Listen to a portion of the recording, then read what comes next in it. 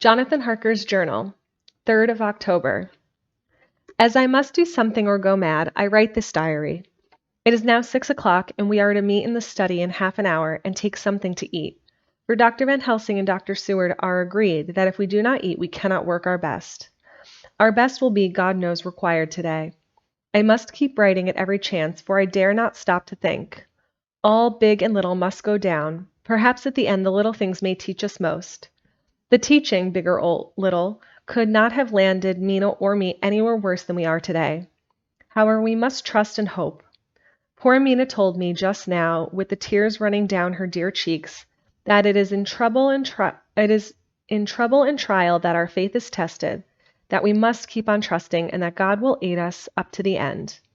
The end, oh my God, what end? To work, to work. When Dr. Van Helsing and Dr. Seward had come back from seeing poor Renfield, we went gravely into what was to be done. First, Dr. Seward told us that when he and Dr. Van Helsing had gone down to the room below, they had found Renfield laying on the floor, all in a heap. His face was all bruised and crushed in, and the bones of the neck were broken. Dr. Seward asked the attendant, who was on duty in the passage, if he had heard anything. He said that he had been sitting down. He confessed to half dozing when he heard loud voices in the room, and then Renfield had called out loudly several times, "God, God, God!" After that there was a sound of falling, and when he entered the room he found him lying on the floor, face down, just as the doctors had seen him. Van Helsing asked if he had heard voices or a voice, and he said he could not say. That, at first, it seemed to him as if there were two, but as there was no one in the room, it could have only been one. He could swear to it if required, that the word God was spoken by the patient. Dr. Seward said to us when we were alone that he did not wish to go into the matter. The question of an inquest had to be considered, and it would never do to put forward the truth, as no one would believe it. As it was, he thought that on the attendant's evidence he could give a certificate of death by misadventure in falling from bed. In case the coroner should demand it, there would be a formal inquest, necessarily to the same result. When the question began to be discussed as to what should be our next step, the first thing we decided was that Mina should be in full confidence, that nothing of any sort, no matter how painful, should be kept from her. She herself agreed as to its wisdom, and it was pitiful to see her so brave and yet so sorrowful, and in such a depth of despair. There must be no more concealment, she said. Alas, we have had too much already, and besides there is nothing in all the world that can give me more pain than I have already endured, than I suffer now. Whatever may happen, it must be of new hope or of new courage to me. Van Helsing was looking at her fixedly as she spoke, and said suddenly, very quietly, "But dear Madam Mina, you are not afraid, not for yourself, but for others, from yourself, after what has happened?" Her face grew in its lines, but her eyes shone with the devotion of a martyr as she answered, "Ah, no, for my mind is made up." "To what?" he asked gently. Whilst we were all very still, for each in our own way we had a sort of vague idea of what she meant. Her answer came with direct simplicity, as though she were simply stating a fact. "Because if I find in myself, and I shall watch keenly for it, a sign of harm to any that I love, I shall die." "You would not kill yourself?" he asked hoarsely. "I would, if there were no friend who loved me, who would save me such a pain and so desperate an effort." She looked at him meaningfully as she spoke. He was sitting down, but now had rose and come close to her and put his hand on her head as he said solemnly, "My child, there is such any one if it were good for your good. For myself, I could not hold it in my account with God to find such an euthanasia for you, even at this moment if it were best. Nay, were it safe, but my child—" For a moment he seemed choked, and a great sob rose in his throat. He gulped it down and went on. "There are here some who would stand between you and death. You must not die. You must not die by any hand, but least of all by your own. Until the other, who has fouled your sweet life, is true dead, you must not die. For if he is still with the quick undead, your death would make you even as he is. No, you must live. You must struggle and strive to live, though death would seem a boon unspeakable. You must fight death himself, though he come to you in pain or in joy by the day or the night, in safety or in peril. On your living soul I charge you that you do not die, nay, nor think of death. till this great evil be past." The poor dear grew white as death, and shook and shivered as I have seen a quicksand shake and shiver in the incoming of a tide. We were all silent. We could nothing. At length she grew more calm, and turning to him said sweetly, but oh, so sorrowfully, so she held out her hand, "I promise you, my dear friend, that if God will let me live, I shall strive to do so, till, if it may be in His good time, this horror may have passed away from me." She was so good and brave that we all felt our hearts were strengthened to work and endure for her, and we began to discuss what we were to do. I told her that she was to have all the papers in the safe, and all the papers or diaries and phonographs we might hereafter use, and was to keep the record as she had done before. She was pleased with the prospect of anything to do, if pleased could be used in connection with so grim an interest.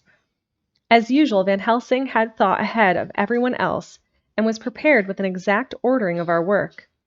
"It is perhaps well," he said, "that at our meeting after our visit to Carfax we decided not to do anything with the earthen boxes that lay there.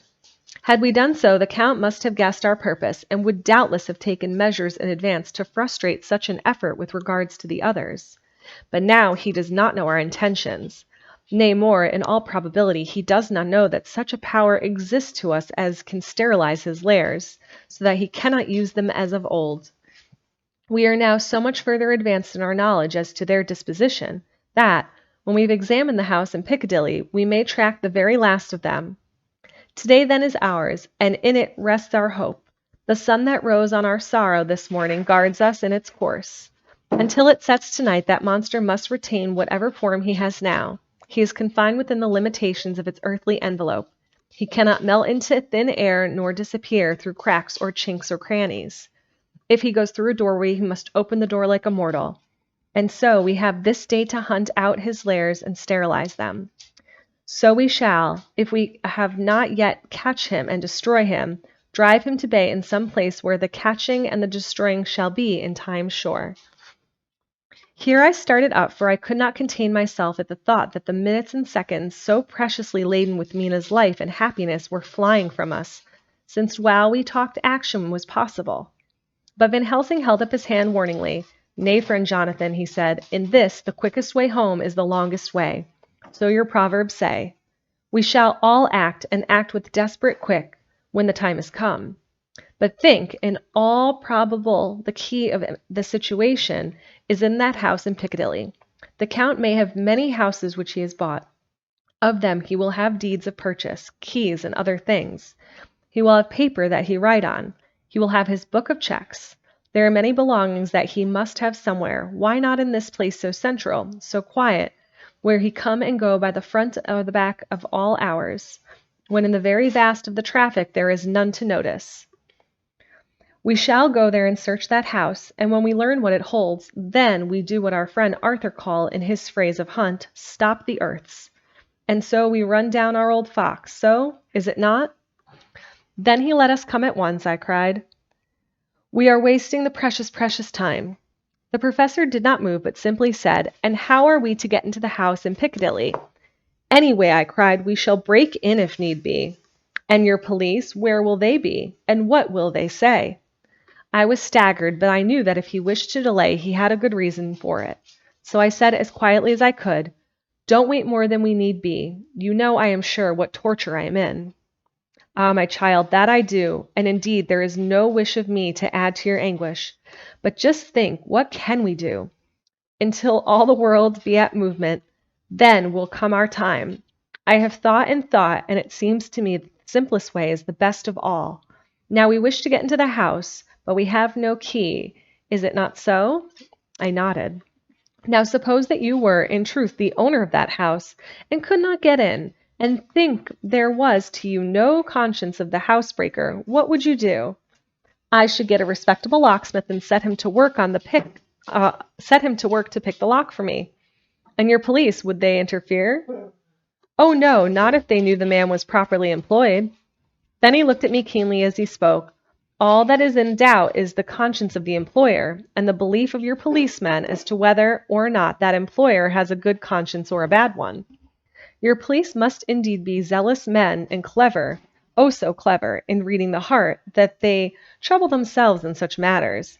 No, no, my friend Jonathan, you go to take the lock off the 100 empty houses in this your London, or any city in the world, and if you do it as such things are rightly done, and at the time such things are rightly done, no one will interfere. I have read of gentlemen who owned a so fine house in your London, and he went for months of summer to Switzerland and lock up the house. Some burglar came and broke the window at back and got in. Then he went and made open the shutters in front of the walk out, and in through the door, before the very eyes of the police. Then we have an auction in that house and advertise it and put up big notice. And when the day come, he sell off by a great auctioneer all the goods of that other man who owned them. Then he go to a builder and he sell him that house, making an agreement that he pull it down and take away all within a certain time. And the police and other authority help him all they can. And when the owner come back from his holiday in Switzerland, he find only an empty hole where his house had been. This was all done en regale, and in our work we shall be en regale too. We shall not go so early that the policemen who have then little to think of so early. We shall not go so early that the policeman who have then little to think of shall deem it strange, but we shall go after 10 o'clock, when there are many about, and when such things would be done were indeed owners of the house. I could not but see how right he was, and the terrible despair of Mina's face became relaxed a thought. There was hope in such good counsel. Van Helsing went on. When once within that house we may find more clues. At any rate, some of us can remain there, whilst the rest find the other places where there be more earth boxes, at Bermondsey and Mile End. Lord Godalming stood up. I can be of some use here, he said. I shall wire to my people to have horses and carriages where they will be most convenient. Look here, old fellow, said Morris. It is a capital idea to have all ready in case we want to go horsebacking. But don't you think that one of your snappy carriages with its heraldic adornments and a byway at Walworth or Mile End would attract too much attention for our purposes? It seems to me that we ought to take cabs when we go south or east, or even leave them somewhere near the neighborhood we are going to. Friend Quincy is right, said the professor. His head is what you call in plane with the horizon. It is a difficult thing that we go to do, and we do not want no peoples to watch us, if so it may. Nina took a growing interest in everything, and I was rejoiced to see that the exigency of affairs was helping her to forget a time the terrible experience of the night. She was very, very pale, almost ghastly, and so thin that her lips were drawn away, showing her teeth in somewhat of prominence. I did not mention the last, lest it should give her needless pain, but it made my blood run cold in my veins to think of what had occurred with poor Lucy when the Count had sucked her blood. As yet there was no sign of the teeth growing sharper, but the time as yet was short, and there was time for fear. When we came to the discussion of the sequence of our efforts and to the disposition of our forces, there were new sources of doubt. It was finally agreed that before starting for Piccadilly we should destroy the Count's lair close at hand, in case he should find it out too soon. We should thus be still ahead of him in our work of destruction, and his presence in his purely material shape, and at its weakest, might give us some new clue. As to the disposal of forces, it was suggested by the professor that, after our visit to Carfax, we should all enter the house in Piccadilly, that the two doctors and I should remain there, whilst Lord Godalming and Quincy found the lairs at Walworth and Mile End and destroyed them.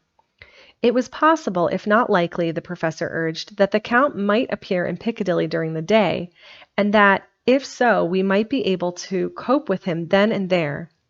At any rate, we might be able to follow him in force. To this plan I strenuously objected, in so far as my going was concerned, for I said that I intended to stay and protect Mina.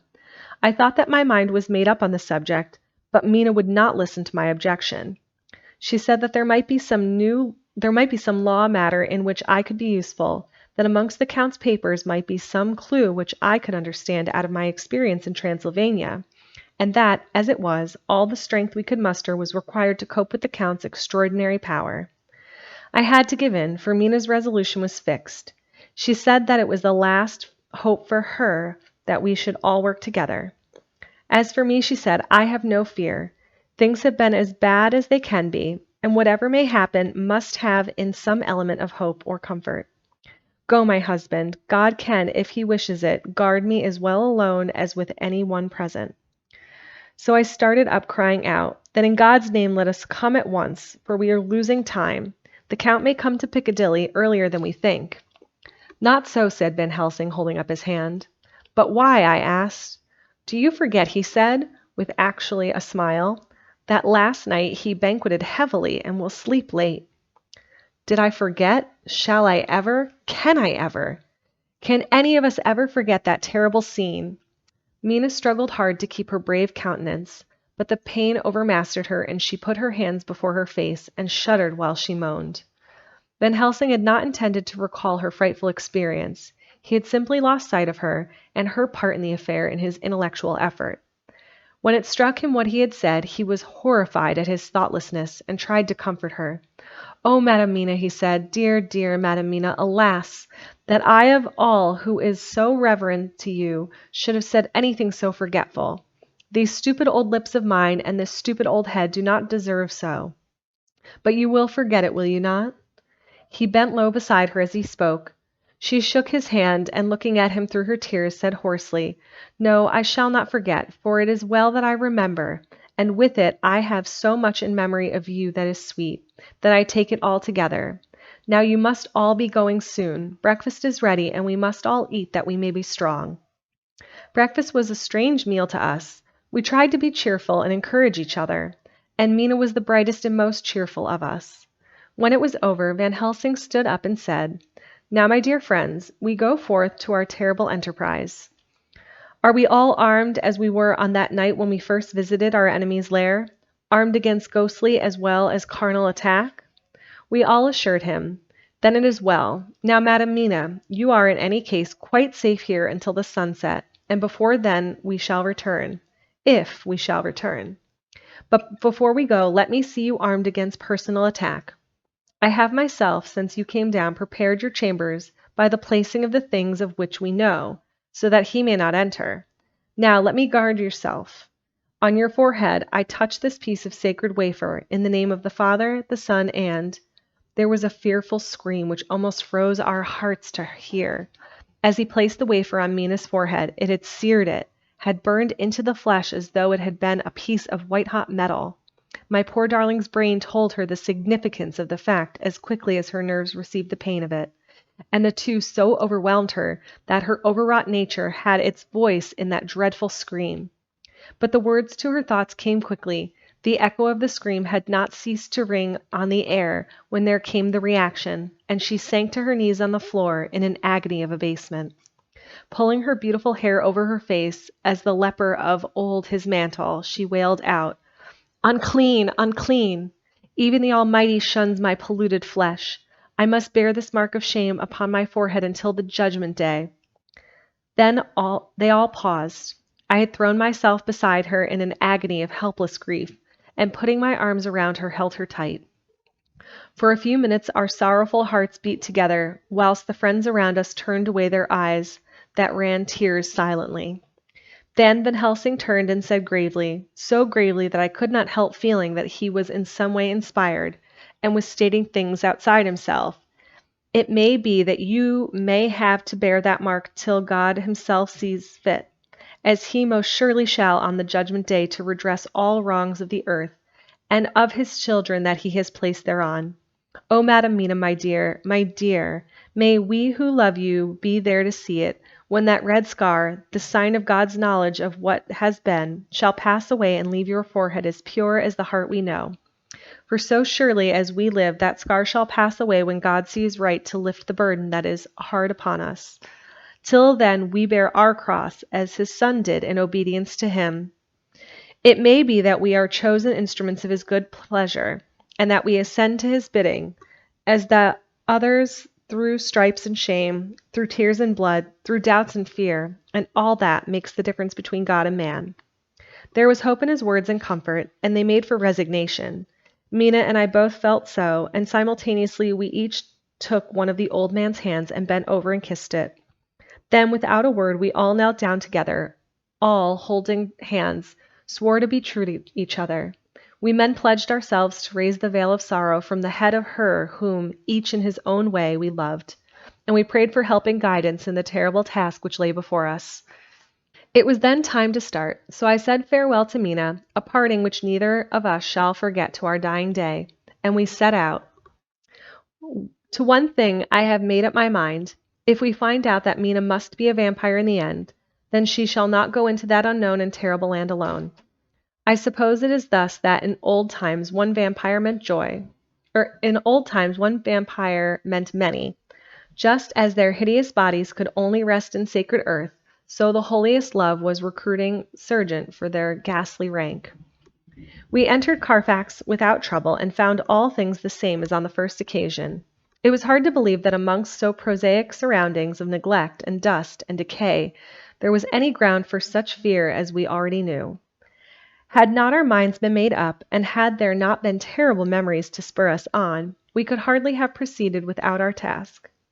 We found no papers or any sign of use in the house, and in the old chapel the great boxes looked just as we had seen them last. Dr. Van Helsing said to us solemnly as we stood before him, "And now, my friends, we have a duty here to do. We must sterilize this earth, so sacred of holy memories, that he has brought from a far distant land for such fell use. He has chosen this earth because it has been holy. Thus we defeat him with his own weapon, for we make it more holy still. If we sanctify to such use of man, now we sanctify it to God." As he spoke, he took from his bag a screwdriver and a wrench, and very soon the top of one of the cases was thrown open. The earth smelled musty and close, but we did not somehow seem to mind, for our attention was concentrated on the professor. Taking from his box a piece of the sacred wafer, he laid it reverently on the earth, and then shutting down the lid, began to screw it home.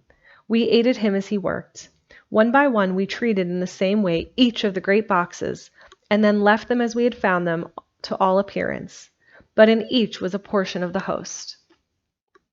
When we closed the door behind us, the professor said solemnly, "So much is already done. If it may be that with all the others we can be so successful, then the sunset of this evening may shine on Madame Mina's forehead, all white as ivory and with no stain." As we passed across the lawn on our way to the station to catch our train, we could see the front of the asylum. I looked eagerly, and in the window of my own room saw Mina. I waved my hand to her and nodded to tell her our work there was successfully accomplished. She nodded in reply to show that she understood. The last I saw, she was waving her hand in farewell. It was with a heavy heart that we sought the station and just caught the train, which was steaming in as we reached the platform. I have written this in the train. Piccadilly, 12:30. Just before we reached Fenchurch Street, Lord Godalming said to me, "Quincy and I will find a locksmith. You had better not come with us in case there should be any difficulty, for under the circumstances it wouldn't seem so bad for us to break into an empty house. But you are a solicitor, and the Incorporated Law Society might tell you that you should have known better." I demurred as to my not sharing any danger, even of odium, but he went on. "Besides, it will attract less attention if there are not too many of us. My title will make it all right with the locksmith, and with any policeman that might come along. You had better go with Jack and the professor and stay in the Green Park, somewhere in sight of the house. And when you see the door opened and the smith has gone away, do you all come across. We shall be on the lookout for you, and shall let you in." "The advice is good," said Van Helsing, and so we said no more. Godalming and Morris hurried off in a cab, we following in another. At the corner of Arlington Street, our contingent got out and strolled into the Green Park. My heart beat as I saw the house on which so much of our hope was centered, looming up grim and silent in its deserted condition amongst its more lively, spruce-looking neighbors. We sat down on a bench within good view and began to smoke cigars so as to attract as little attention as possible. The minutes seemed to pass with leaden feet as we waited for the coming of the others. At length we saw a four-wheeler drive up. Out of it, in leisurely fashion, Lord Godalming and Morris, and down from the box descended a thick-set working-man with his rush-woven basket of tools.